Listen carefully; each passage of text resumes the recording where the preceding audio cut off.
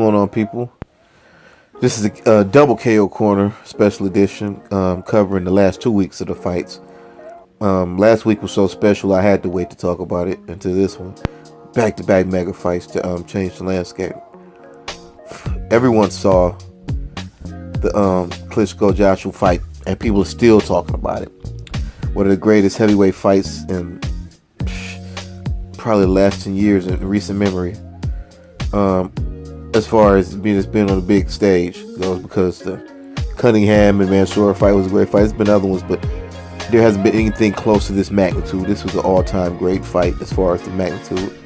And obviously the sales sold 90,000 tickets, man, like under 2 hours.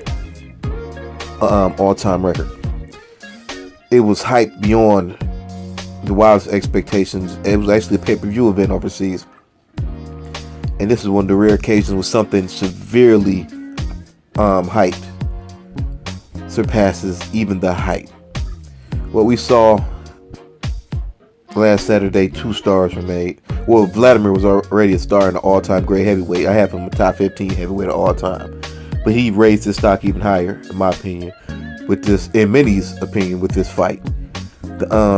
He looked great. And you gotta think too, man, when people don't realize this, he fought arguably the most athletic and best heavyweight out right now, outside of King Kong Ortiz.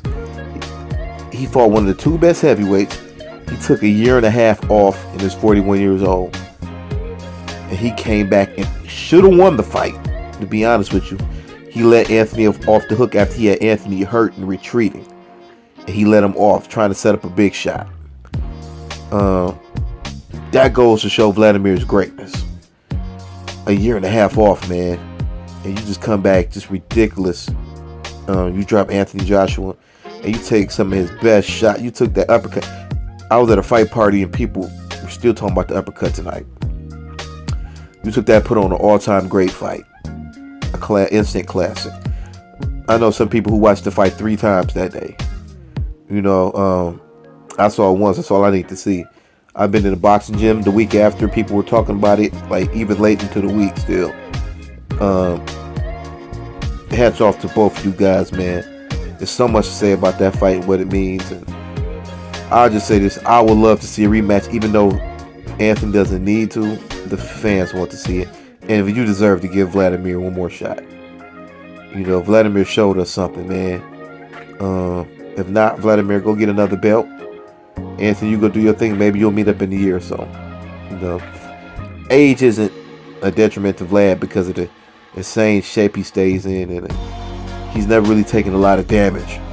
You know, and they say those who get knocked out the easiest aren't the ones who get the punch drunk, which makes sense.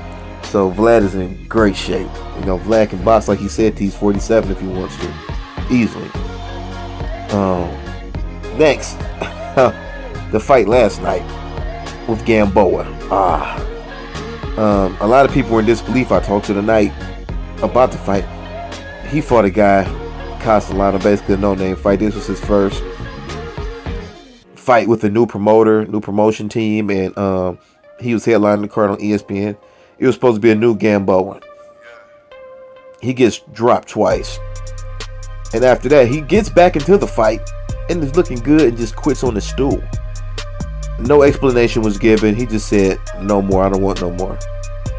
And the crowd was not only in shock, the commentators were in shock. I was in shock, and a lot of fighters I talked to heard about word of mouth, and they say they still don't believe what happened. They have to see it. I was watching it live and I was speechless. He was actually coming back. A lot of the commentators were saying, a lot of people were saying, he was even making just a good showing for himself.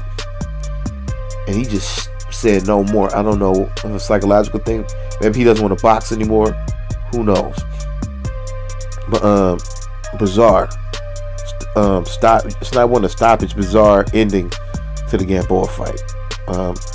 I do want to see more Gamboa, but he has to work with his defense because he lets his end leaves himself wide open. He gets one on the chin every time. And his chin isn't that strong, and he just leaves himself wide open. He's all offense. Incredibly athletic and powerful in his prime. And he's still incredibly athletic. But he leaves himself wide open. moving on to the tonight's fight. I didn't get to see the Matisse fight, but I saw Lemieux fight. I thought Lemieux was gonna get the guy out of here earlier by round 3 or 4, but he didn't.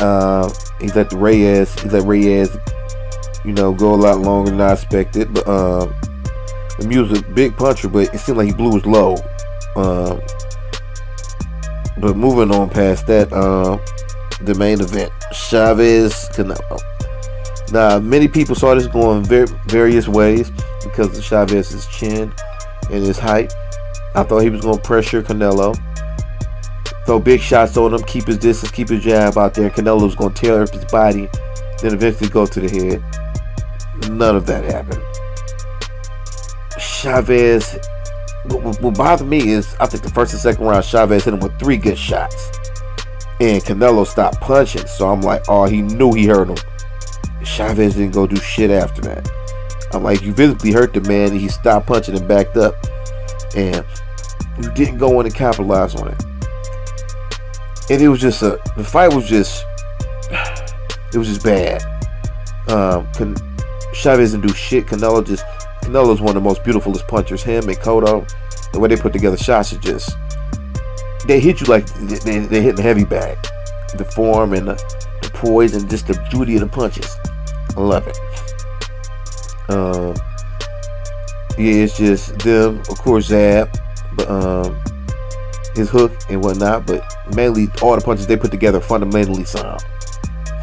But yeah, after watching the fight, they had the Triple G entrance planned and everything, and it made me think, not conspiracy theories, because I don't give a shit either way, because the Triple G fight was going to be made after they fucked Danny Jacobs.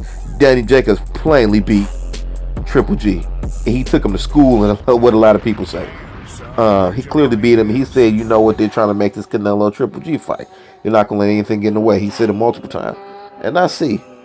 And it makes me wonder, because I've never seen Chavez fight like this. He didn't even try. And like when he hit him a couple times, I'm looking like, man, do what you did again. Canelo was wide open for those shots. He didn't do shit. It was just like he was just walking around taking abuse. It's like, damn, was he paid to do this shit? Paid to step aside? I've heard rumors of Oscar doing stuff like this. Me and a couple other people, shouts out to Sandwich and other people, it was a rumor and a lot of people were talking about it. Even Kirkland hinted at it, the whole Ann Wolf thing. When he fought Canelo, he was paid, he was told he could not have any contact with Ann Wolf, because that would gave him a better chance, would have made for a better fight. He was told he could not make any contact with Ann Wolf and he would be given a certain amount of money. I heard this from people actually in the boxing world, because Ann Wolf was shocked. She was like, he didn't even call me. I didn't know he had the fight coming up and anything. She was like, that's not like James. Oscar has been known to do dirty stuff like that, saying you have to do this and do this and do this in order to make the next big fight.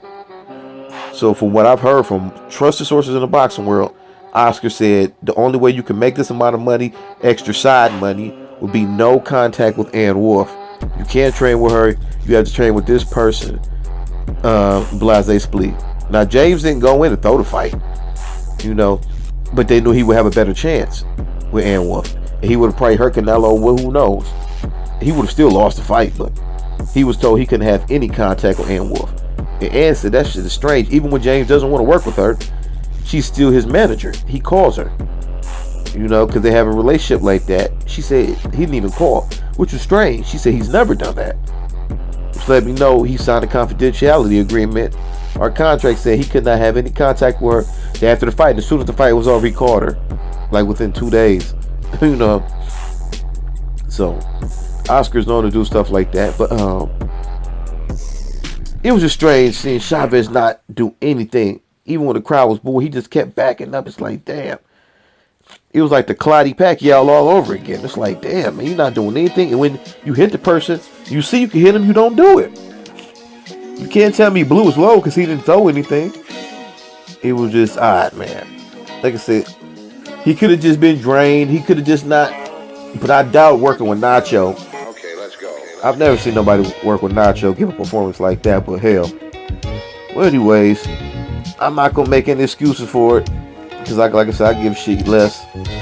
But it did look kind of suspicious. You know, he didn't do anything. He wasn't apologetic either. Because normally when a person tries and they can't get off a shot, they say, "Well, my night. I apologize to the fans." He didn't. He didn't give a shit. A lot of people even say I was drained. I came in. They forced me to lose all this weight, which he honestly said, and he could have made a lot of excuses, but most time fighters do when they actually try. He didn't give any kind of excuses, which is alright. But the Canelo and Triple G is set up what they've wanted for the last 2 years is here. They fucked Danny Jacobs in the process, and they finally made the fight. How that pans out, I don't know if it pans out, but I'll watch, but I ain't paying for it, you know. But it's what everybody wanted. They got it, and I'll let y'all discuss this. Signing off from the KO Corner, it's your boy Richie. Have a blessed weekend.